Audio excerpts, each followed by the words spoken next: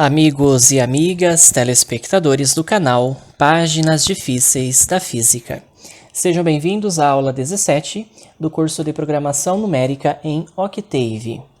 Esta aula vai ser uma aula complementar à aula anterior, na qual nós discutimos a resolução numérica de equações diferenciais no Octave, implementamos os métodos numéricos de Euler e de Runge-Kutta, de quarta ordem, e também, pessoal, nós finalizamos com o estudo da função ODE 23 ou ODE 45, que é uma função já própria do MATLAB ou do Octave para resolver numericamente, então, equações diferenciais. Muito bem, eu disse que existe um parâmetro, né, dessa função chamado options, né, opções, e disse que nós não iríamos detalhar esse parâmetro. Na verdade, pessoal, essa aula que eu estou gravando agora é uma aula que gostaria de aprofundar um pouco sobre essa função, porque ela é muito importante para análise de dados.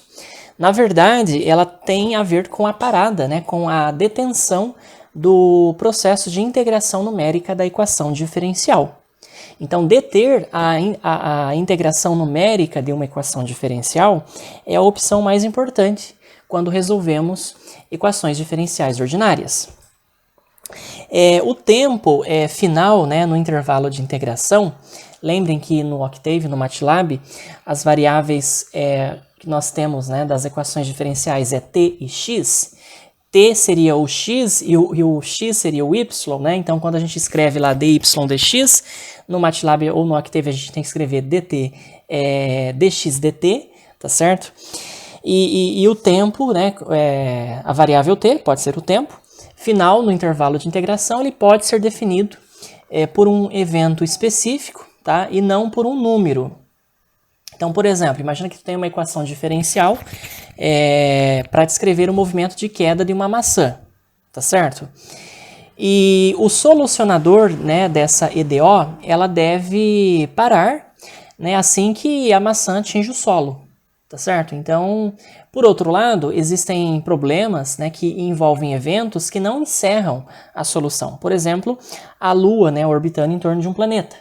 Então, uma equação diferencial que descreve esse movimento, nesse caso, a gente não quer interromper a integração, tá, antes do tempo, mas ainda deseja detectar, né, cada vez que a Lua completa, por exemplo, um período em torno da Terra, né, em torno do planeta. E existe, então, as funções de evento, tá certo? No MATLAB e no Octave. E essas funções de evento usam uma expressão, né, que você especifica e detectam um evento quando essa expressão, pessoal, é igual a zero, tá? E aí usamos, então, a opção events, né, entre aspas simples, da função OD7, para especificar, então, uma função de evento. A gente vai, então, hoje ver, né, o que essa função OD7 faz, e um dos parâmetros dela é justamente esses events, né, que são os tais de eventos. Muito bem. No problema, por exemplo, de dois corpos que nós discutimos, né, que nós resolvemos numericamente usando os métodos, né, o método de Runge-Kutta e também a função ODE, na aula passada, então a gente supôs que o planeta partia da posição 1, 0, né? 1 para x, 0 para y. Aí, pessoal, nós vamos fazer o seguinte, nós vamos definir, eu vou pegar aquele exemplo, tá? Para eu tentar explicar, então, com mais detalhes, essa função OD7 e essas funções de eventos, né? Vamos definir aqui uma função que vai parar, né, que vai deter a integração quando a ordenada y ela é zero de novo, tá? E eu quero que ele imprima daí para mim o tempo, né, que leva para ocorrer esse evento, tá? Bom, para nós adiantarmos, eu já criei esse código aqui no Octave. Deixe-me abri-lo. Eu salvei com o nome de pare planeta, né? Pare underline planeta. Vamos abri-lo aqui. Pare, underline, planeta. Então, olha só. Então, eu tenho uma função, né? Eu criei uma function, cujos parâmetros de saída, pessoal, são 3, tá? Isso aqui é meio padrão. Então, o primeiro parâmetro aqui é o parâmetro value, né? Valor. Depois o segundo, isTerminal. E o terceiro, direction, tá? E aí o nome da função, pare, underline, planeta. Das variáveis t e x. Então, o que eu fiz, né? Eu atribuí, então, para o parâmetro value, né? Valor, o x de 3. Lembrem que o x de 1 é x, o x de 2 é o vx, o x de 3 é o y e o x de 4 é o vy, tá? Então, eu estou atribuindo aqui o valor, né, a expressão de y, tá certo? Para o parâmetro valor. Esse isTerminal, ele recebe o valor 1. Esse 1 aqui, pessoal, significa que ele vai deter a integração, né? Ele vai parar a integração da equação diferencial quando a velocidade for 0, tá? Ou seja, quando o planeta, né, retorna ao ponto lá de partida, tá? No meu movimento, na minha simulação. Esse isTerminal, ele pode ser 1 ou 0, né? 0, se a gente colocasse aqui igual a 0, ele não ia parar, tá? A integração numérica. Então, como a gente quer deter a integração quando v, né, a velocidade igual a 0, então eu coloco o valor 1, tá? E essa direction, né, eu estou atribuindo 1. Essa direction, pessoal, ela localiza, né? Ela tem a ver com a localização dos zeros, tá? Então, eu posso localizar os zeros, né? Do meu evento a partir da direita, né? Ou da esquerda, tá? E a partir de ambos os lados. Então, se eu colocar 0, né? Não importa, tá? A direção, né? Que é da localização desses zeros. Se eu colocar 1, significa que a função está crescendo, e menos 1 a função decresce, tá? Então, isso aqui, né, vai variar para cada problema, né? A gente vai ver hoje vários exemplos, e com o passar do tempo vocês vão ver que isso vai ficando mais claro. Bom, por outro lado, eu também, pessoal, preciso aqui abrir deixe-me ver... Eu preciso abrir o meu outro código, tá, que eu implementei, que é órbita planeta, tá? Bom, o outro código que eu preciso criar, ele envolve, então, essa função OD7, tá? Então, a gente cria, né, uma estrutura chamada opções, né, ou options. A gente representa geralmente por OPTS. Chama a função, então, OD7, e aí os parâmetros dela são esses events, né, que são os tais eventos que eu quero registrar. Por exemplo, quando a velocidade é igual a 0, eu quero registrar isso, e aí eu preciso aqui referenciar, né, a minha função, eu preciso chamá-la, né, aqui de forma anônima. Como eu salvei com o nome de pare underline planeta, então, @pare underline planeta. O que isso vai fazer então, né? Quando a gente usa essa estrutura, o procedimento, né, ODE23 ou ODE45, ele devolve, pessoal, os tempos, tá? TE, né? Os tempos de evento, nos quais ocorrem então esses eventos, que a gente definiu lá na função pare underline planeta. E os correspondentes valores das variáveis dependentes. Nesse caso, quais são elas? É a posição e a velocidade, né? No vetor xz. Então, eu tenho o meu vetor xz, que ambos são vetores, tá certo? E esse vetor xz, então, ele guarda a posição e a velocidade, nesse caso do problema que a gente vai resolver agora, tá? E, bem, vamos abrir aqui o código. Tá? E aí, com o código, eu consigo... Fica mais simples de entender. Vamos abri-lo aqui. Ele está com o nome de órbita planeta. Então, pessoal, não muda muito, tá, da aula passada, né?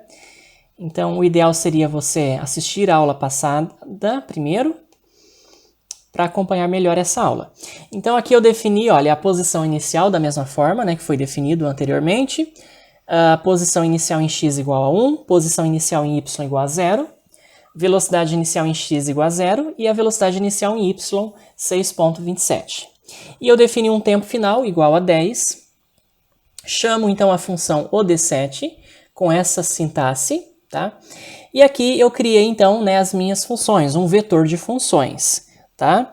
Que é das variáveis t e x. Então, lembrem que eu tenho primeiro x de 2, que representa a minha velocidade vx. Está aqui, né, a expressão da primeira equação diferencial, né, que é d2x dt2 igual a menos 4π ao quadrado, tá certo? Vezes x, né, dividido pela raiz de x ao quadrado mais y ao quadrado elevado a 3, né?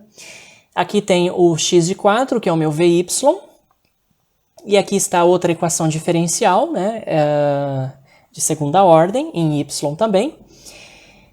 E aqui, pessoal, olha só, então isso aqui já é da aula passada, né, a gente lembra disso aqui bem.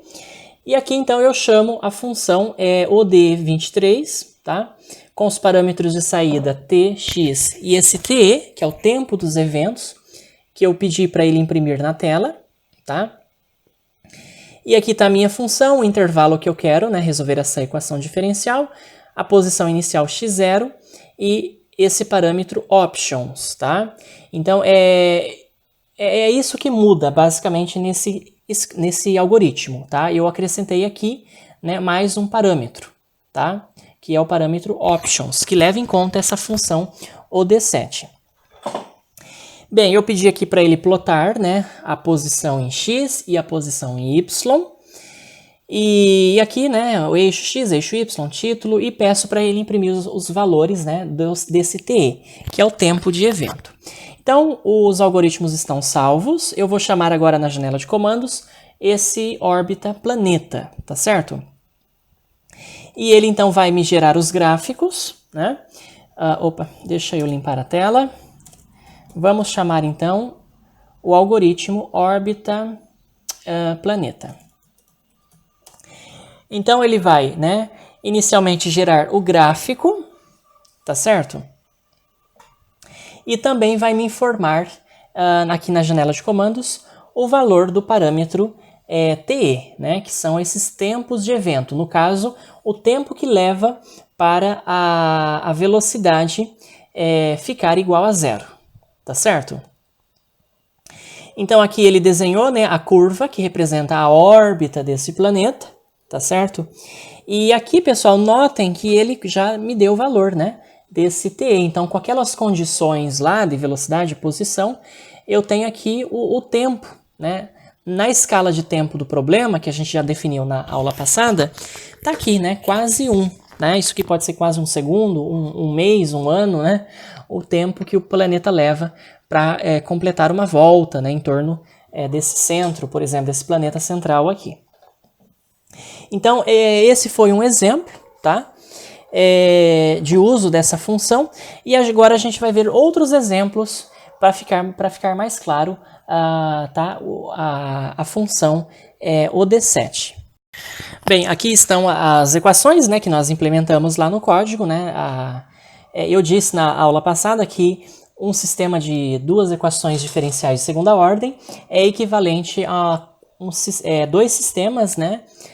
Ou um sistema de 4 equações diferenciais de primeira ordem, tá? Então foram essas equações que a gente implementou aqui no código e obtemos, né, o parâmetro TE, tá certo? E a gente fez aqui uma parada, né, da integração numérica quando a velocidade é igual a 0, tá certo? Muito bem, pessoal. Então agora nós vamos ver um outro exemplo, tá? Uma outra aplicação na física, que é o problema de uma bola, né, que está em movimento numa superfície plana, horizontal, e de repente ela encontra um degrau, né, de altura h, que é menor do que o raio dessa esfera. Tá? Então, o movimento dessa esfera é dado por esta equação diferencial aqui, né, de segunda ordem, não linear, tá certo? Porque tem o cosseno de θ. Vamos só ver rapidamente, pessoal, a física, né, por trás desse problema. Um problema bastante interessante. Então, V0 é a velocidade de translação do centro de massa desse sistema, ômega é a velocidade angular dessa esfera. Aqui eu tenho a expressão da energia mecânica inicial, né, que é o termo cinético de translação, mais o termo cinético de rotação, que é 1/2 do momento de inércia de uma esfera, que é 2/5 de mr2, vezes a velocidade angular ao quadrado, né, que é V0 ao quadrado sobre r ao quadrado. Então tá aqui a expressão da energia inicial. O momento angular, pessoal, dessa esfera, né, é um sistema de partículas, então o momento angular de um sistema de partículas é o momento angular do centro de massa, né, que é o momento linear, massa vezes a velocidade inicial, multiplicada aí pela distância em relação ao ponto O. Tá? Isso aqui é o momento angular em relação ao ponto O. Então é essa distância aqui, né, que é R menos H, tá certo? Na vertical, né? E mais o momento angular das partículas, né? Das outras partículas em relação ao centro de massa, né? Que é I vezes ômega. Então, 2/5 de mr2 vezes ômega. E aqui, então, está a expressão do momento angular, tá? Dessa esfera em relação ao ponto O. E aí, pessoal, quando essa esfera, então, colide, né, com o degrau no ponto O que acontece, né? Ela pode, dependendo da velocidade inicial, ela pode parar, né? Ou ela pode avançar, né? Ela pode, inclusive, subir o degrau e continuar em movimento. Ou, né, não subir totalmente o degrau, girar um ângulo θ aí e depois voltar, né? Aqui está, então, o momento de inércia em relação ao ponto O, que pelo teorema de Steiner, né, dos eixos paralelos, é o momento de inércia em relação ao centro de massa, que é 2/5 de mr2, mais mr ao quadrado, né, que é essa distância entre um eixo que passa pelo centro de massa e um eixo que passa aqui pelo ponto O, tá? Que essa distância é mr2. Então, esse é o momento de inércia relativo ao ponto O. Então, tá aqui o momento angular em relação ao ponto O. E que é I vezes ômega, né? Então, a expressão está aqui. E pela conservação do momento angular, você chega nessa expressão da velocidade angular, né? Em função dos parâmetros H, R e V0. E a energia mecânica final do sistema está aqui também.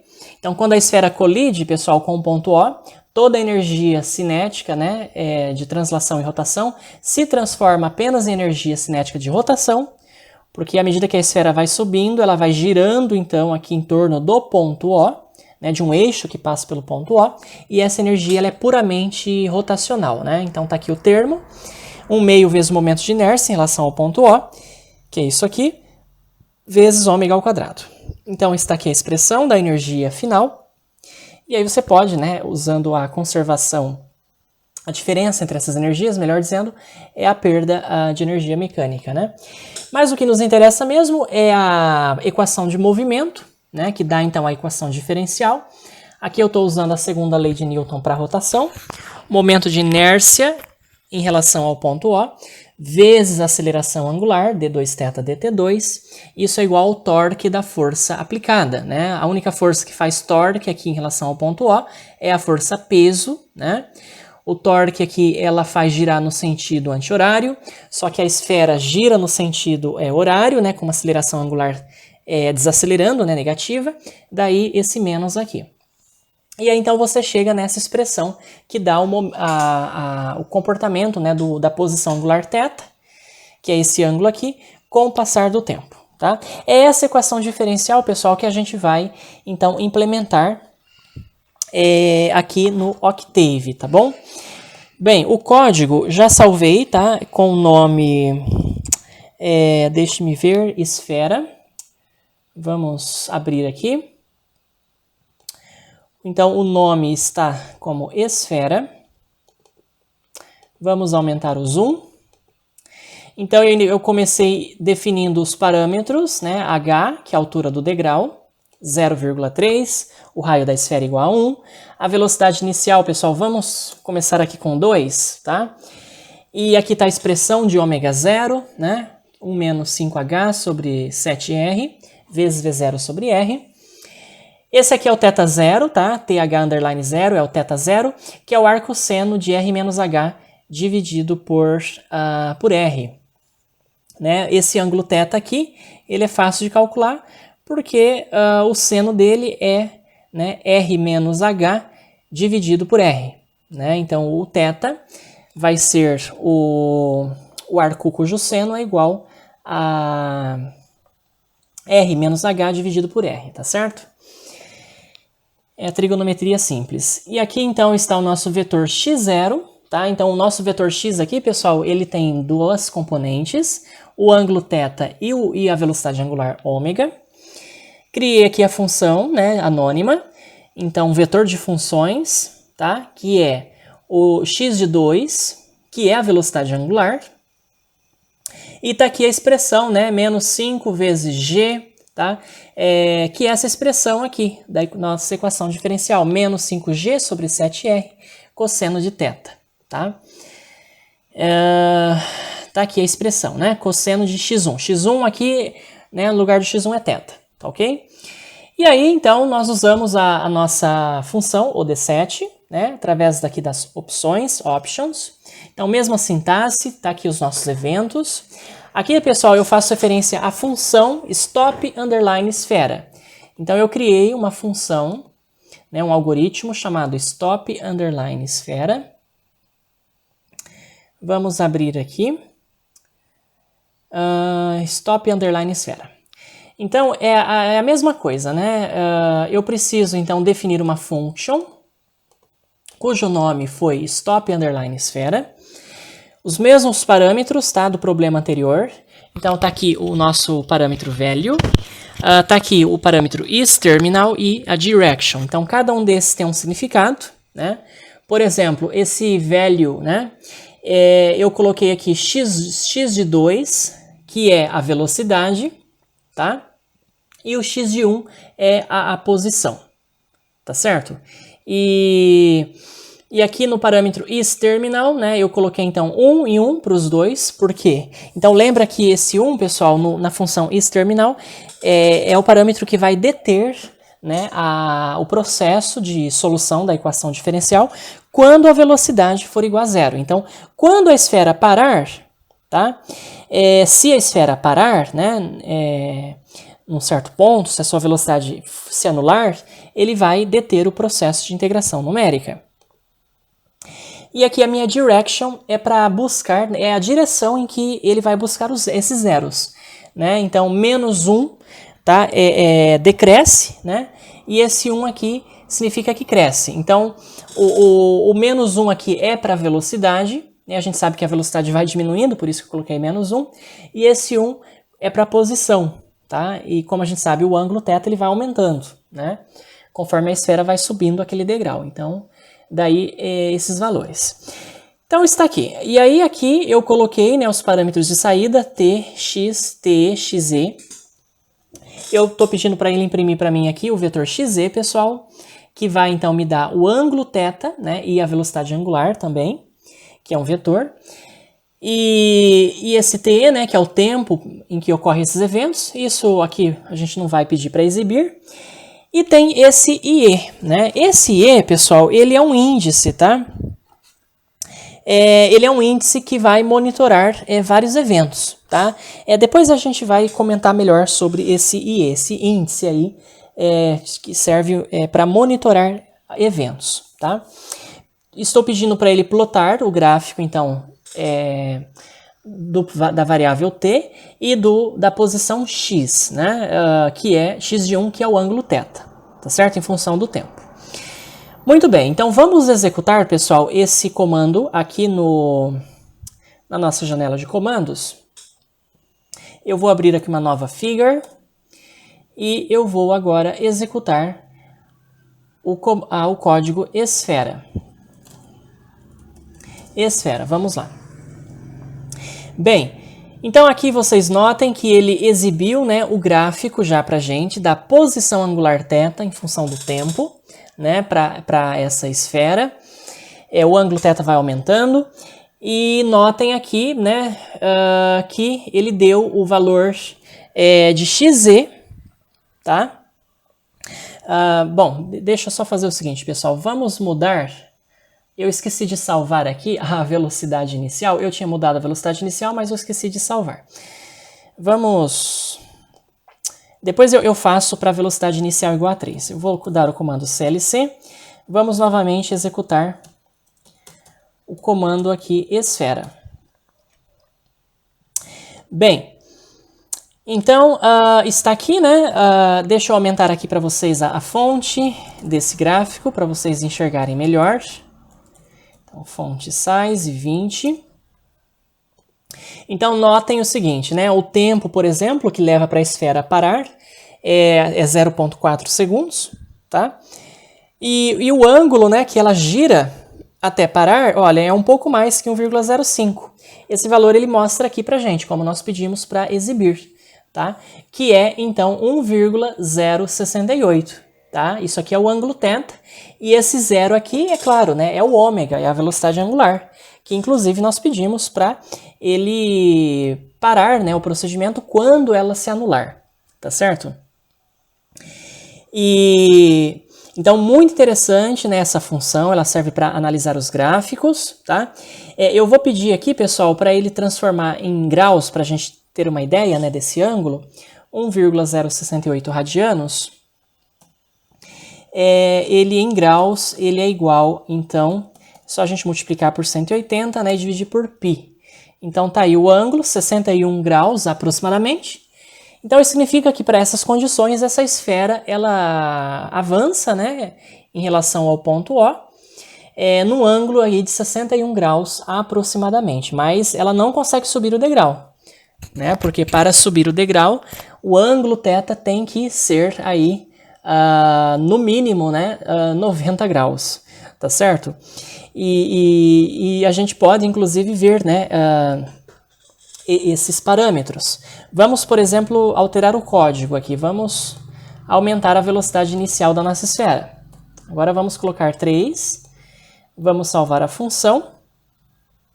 E novamente vou executar o comando, né, a esfera. Bem, agora sim, pessoal, olha, vocês vejam aqui, né, que o tempo ele aumenta um pouquinho, tá? Ele passa aqui de meio segundo, né? E está aqui o ângulo que a esfera gira, tá? Até parar, né? E na verdade ela não para, porque, ó, a velocidade angular não é mais zero, né? Ela é 1,17. Vamos pegar esse ângulo e transformá-lo em radianos.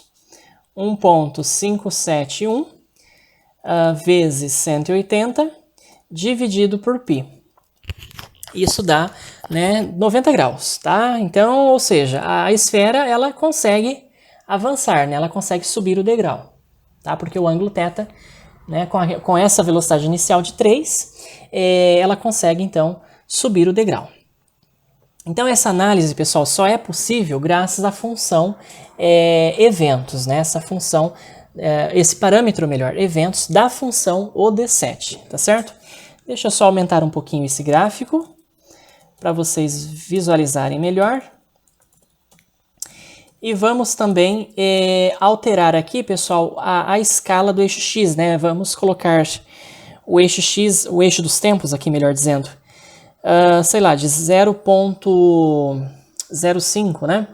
Então, vamos colocar aqui x-tix de 0 em 0,05 até 0,7, né? E aí melhorou um pouquinho a escala. E a gente pode tirar muitas informações, né, desse gráfico aqui, né, analisando essa curva, tá certo?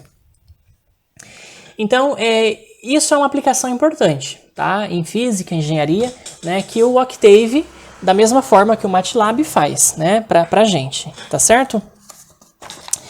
Muito bem, pessoal, vamos agora avançar um pouquinho mais na direção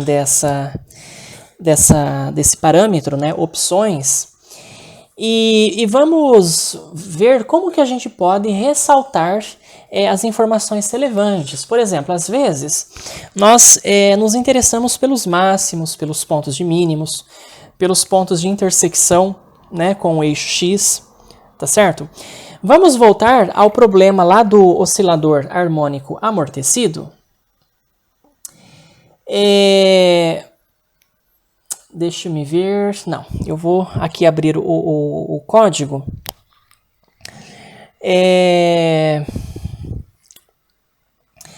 Bom, na verdade eu não salvei esse código.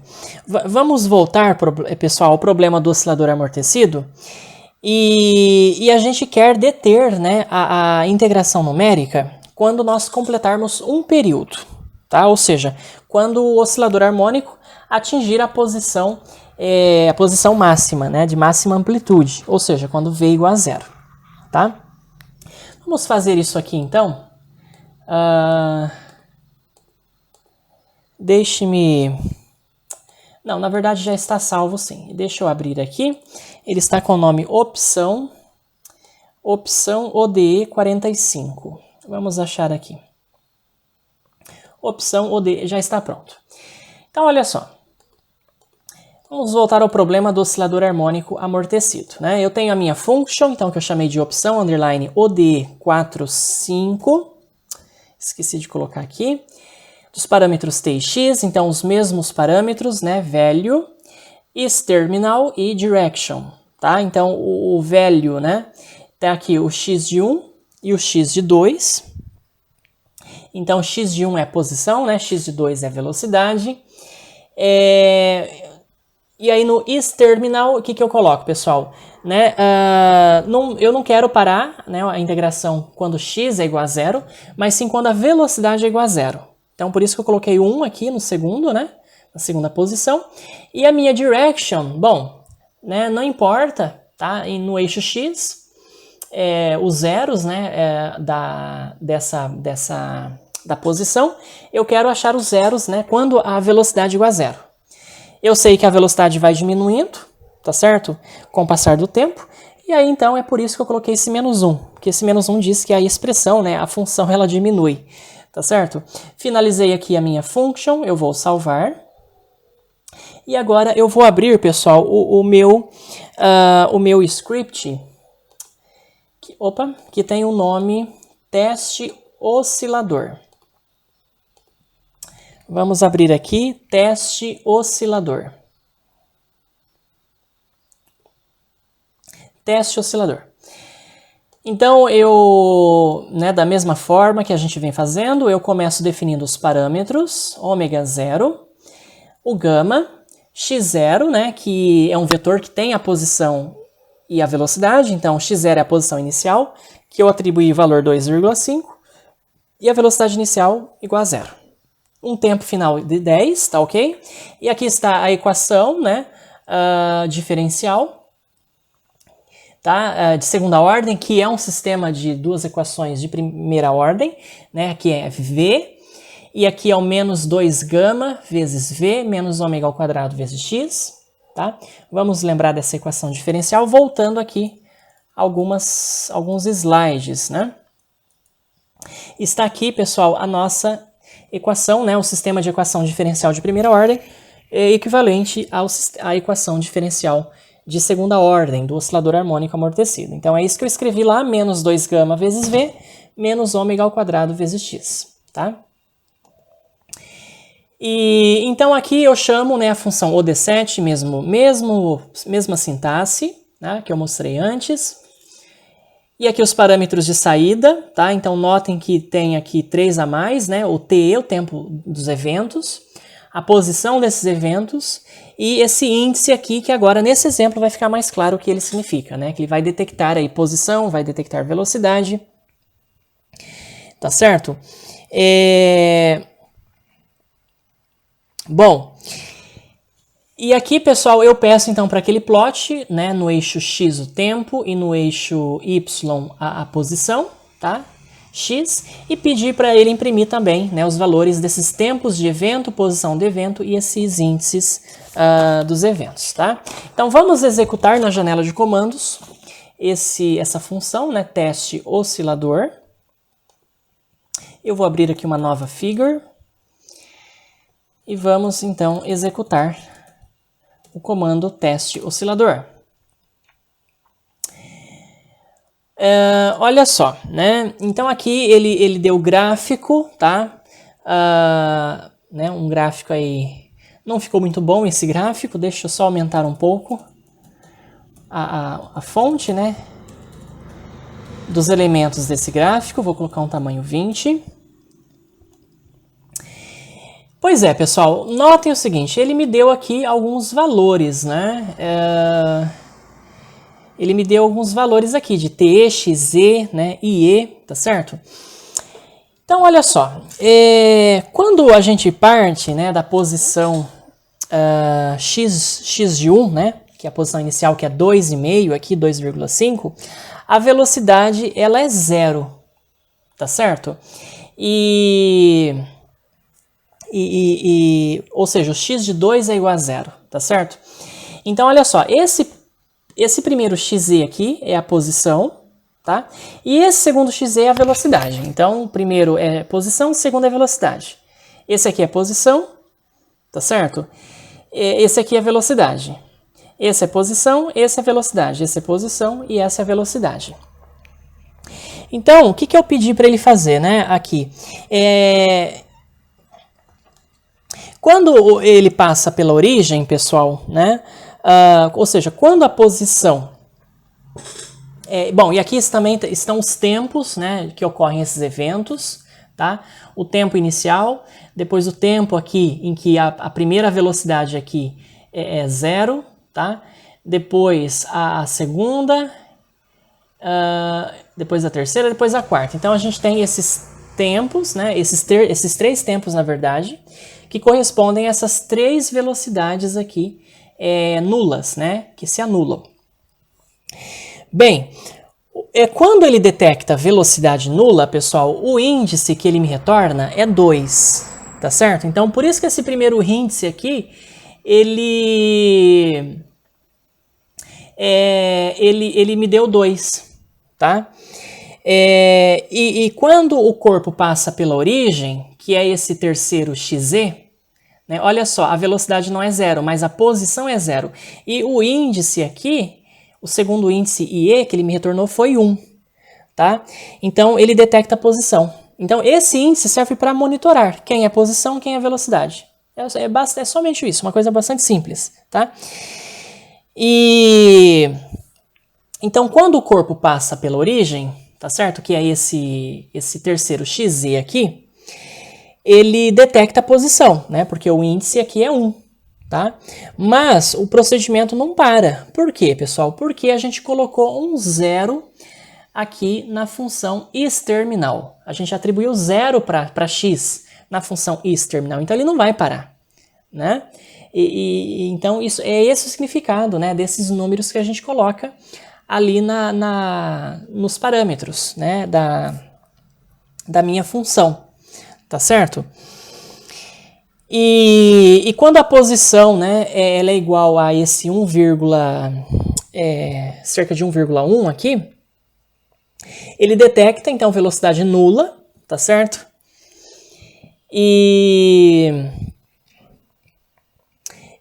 Ou seja, x de 2 igual a 0, né? E a integração numérica, ela para, tá? Por quê? Porque daí a gente colocou o 1 lá na função isTerminal, né? E a velocidade ela decresce, tá certo? E notem também, pessoal, que esse tempo aqui de 3,17, né? 3,17 segundos é o período, tá certo? É o período, digamos, né? O período dessa oscilação, tá certo? Então é esse o significado, né? E essa são os comandos, então, importantes, né, das funções de evento, né, para a gente registrar eventos. Vamos usar esse mesmo exemplo e vamos supor que agora eu queira marcar no gráfico as posições, pessoal, de máxima amplitude que são aquelas posições em que x de 2 é igual a zero, né? Em que a velocidade é zero, e quando ele passa pela origem, tá? Ou seja, x de 1 igual a zero, sem parar a integração numérica, tá? Então eu quero agora marcar, né, pontos no gráfico, em que a amplitude é máxima, e quando essa curva aqui ela passa pela origem, tá certo? Então eu já fiz, né, para a gente adiantar um pouco, eu vou abrir aqui o meu script, teste oscilador 1, ele já está salvo. Então, mesma coisa, tá? Eu não mudei os valores dos parâmetros aqui. A única coisa, pessoal, que muda, né, que eu acrescentei, é no plot, tá? Porque agora eu quero plotar, tá certo? Eu quero plotar, então, os pontos, né, nos quais a amplitude é máxima, ou seja, quando a velocidade é zero, e os pontos nos quais ele passa pela origem, a posição é zero. Para a gente marcar os pontos em que a posição, né, x igual a zero,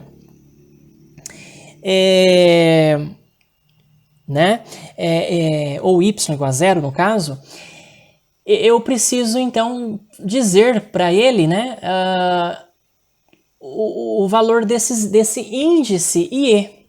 Então, quando esse índice IE ele for igual a 1, lembre que o índice IE igual a 1 detecta a posição. Quando o índice IE igual a 2, ele detecta a velocidade, tá? Então, com essa sintaxe aqui, ó, TE entre parênteses, IE recebendo 1, XE e IE recebendo 1, ele vai entender que eu quero marcar pontos nos quais a curva, né, passa pelo eixo do tempo, né, que é o eixo x igual a zero, tá? Ou seja, quando x de 1 é igual a zero. E quando o índice, pessoal, IE receber o valor 2, isso aqui significa que a velocidade é igual a zero. Então ele vai marcar, né, nesses estilos aqui, pontos, né, na cor azul no caso, em que a velocidade é igual a zero, e em vermelho pontos nos quais a posição é igual a zero. Tá? Então pause o vídeo, anote esse código, tá certo? Aqui eu coloquei o tempo final igual a 7, né, diminui um pouco o tempo. Está salvo. Note aqui que no argumento da função OD7, eu criei uma função opção 1, underline OD23. Tá? Vamos abrir essa função e ver a sintaxe, né? O algoritmo dessa função.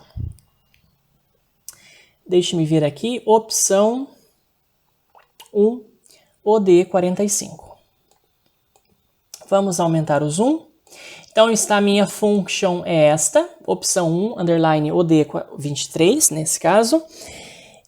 Aqui, novamente, né, os mesmos parâmetros, o parâmetro valor, value, isTerminal e direction, tá?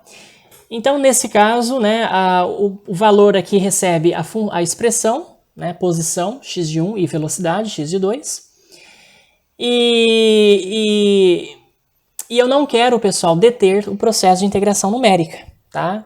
Quando a velocidade e a posição ambas iguais a zero, né? Então, por isso que eu coloquei 0, 0 aqui no isTerminal. E a direction também, né? Eu não quero buscar esses zeros, tá certo? Então, eu posso colocar 0, 0, finalizei a função. E agora o que eu vou fazer é chamar essa função teste oscilador 1 aqui na janela de comandos, para a gente ver o que vai acontecer então. Deixa eu só abrir uma nova janela gráfica. E agora eu vou executar a função teste oscilador 1. E olha só que interessante, pessoal. Vocês observem aqui, né, em azul, então ele marcou os pontos de máxima amplitude, né, que são aqueles pontos nos quais, né, o índice igual a 1, né?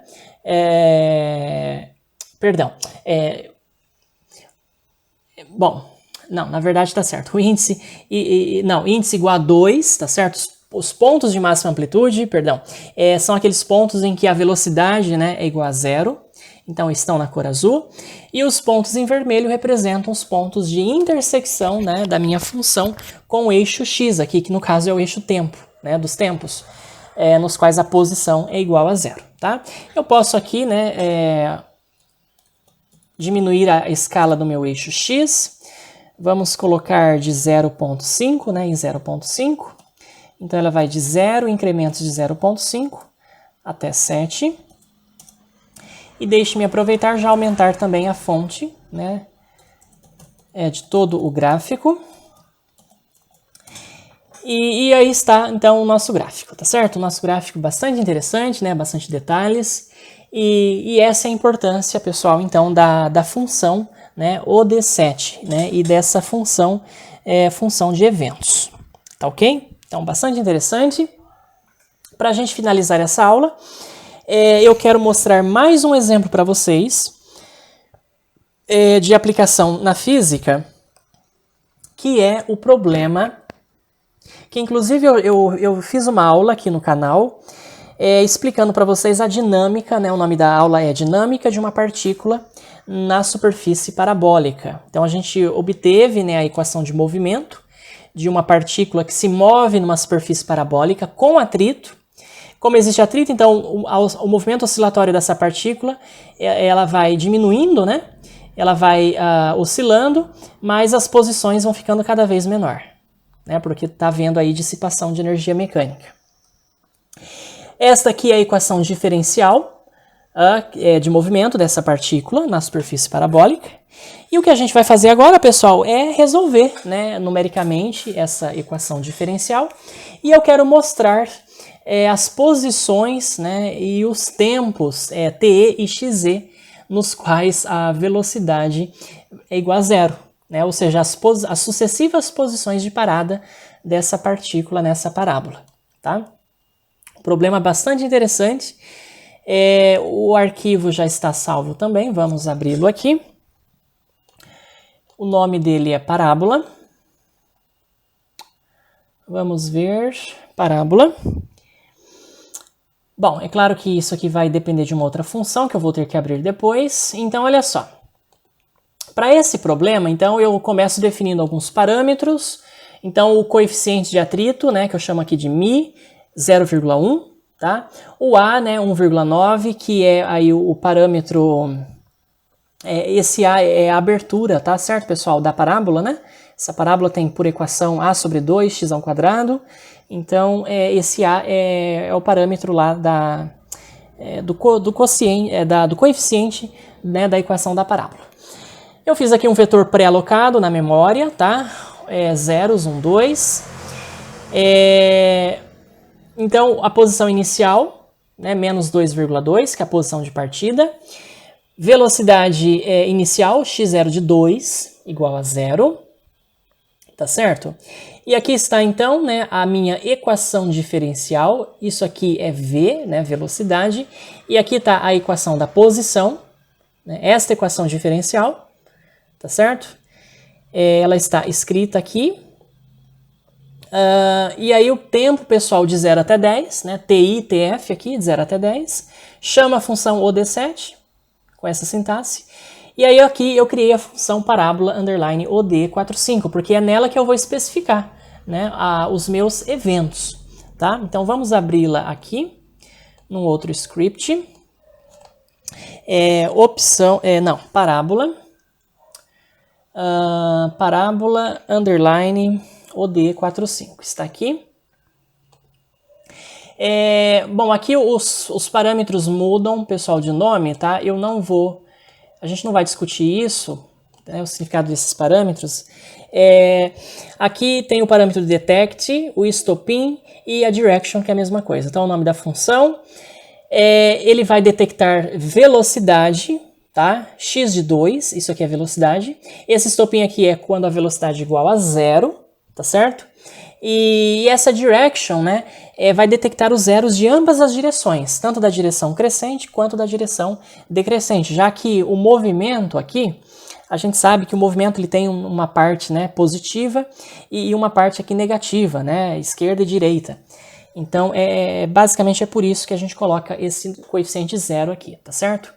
Salvei, né, então já está salvo com o nome parábola. Vocês podem pausar o vídeo, anotar o código. E agora, pessoal, a gente então vai executar, tá, esse comando aqui. Vou chamar então o comando parábola e vamos aguardar um pouco, porque ele demora, tá? Esse aqui ele demora para fazer todos os cálculos, porque esse problema ele tem sucessivas posições de parada, né? E também a equação diferencial, né, não linear, é uma equação diferencial mais complicada, tá certo? Então, às vezes o programa, né, ele demora para executar a função, tá certo? Então esse é o nosso último problema, tá? O último exemplo que a gente vai ver. Vocês vão observar, pessoal. Ah, tá, ele deu um erro aqui. Deixe-me ver qual que foi o erro. Ah, tá, parábola é com letra minúscula, tá certo? Eu escrevi com letra minúscula. Então vamos dar o Enter.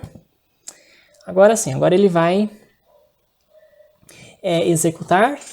Vocês vão observar que ele vai imprimir, né? Eu pedi para ele imprimir aqui na tela os valores de XZ, tá? Que é a posição. Então ele só vai imprimir para mim os valores das posições de parada, né? Que são posições nos quais a velocidade é igual a zero. Né? Ele vai detectar velocidade. Isso aqui é um outro exemplo, tá? Para a gente utilizar na forma de parâmetros. E eu também já pedi aqui, pessoal, para ele plotar, né, os pontos nos quais a velocidade é zero, né? E então lembrem, então aqui da sintaxe, né, desse plot, tá certo? Vamos ver se ele já mostrou pra gente. Já mostrou aqui, olha. Então aqui está a curva, né, o gráfico. E esses pontos em vermelho, né, são o que? Né? São bom, aqui os valores de x, aqui são os valores de tempo, né? Bem,